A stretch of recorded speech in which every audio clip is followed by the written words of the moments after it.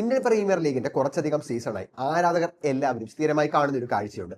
MS Dhoni ഗ്രൗണ്ടിലേക്ക് ഇറങ്ങിയാൽ അല്ലെ MS Dhoni കളിക്കുന്ന ഒരു മത്സരത്തിൽ അദ്ദേഹത്തിന്റെ പേര് പറഞ്ഞ് സ്റ്റേഡിയത്തിലുള്ള ആളുകൾ മുഴുവൻ ബഹളം വെക്കുകയും അദ്ദേഹത്തെ ആഘോഷമാക്കുകയും ചെയ്യുന്ന കാഴ്ച.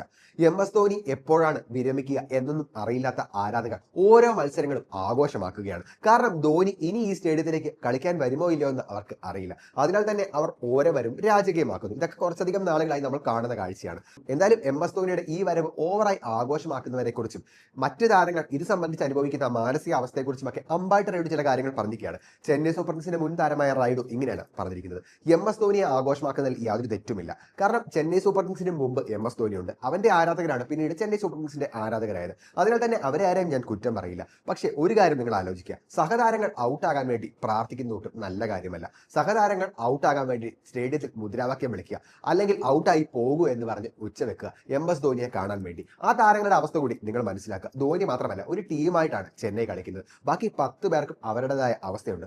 അതിനാൽ തന്നെ ആ പ്രവൃത്തിയോട് എനിക്കൊട്ടും യോജിക്കാൻ പറ്റില്ല. ഇതാണ് റൈഡു പറഞ്ഞ വാക്കുകൾ.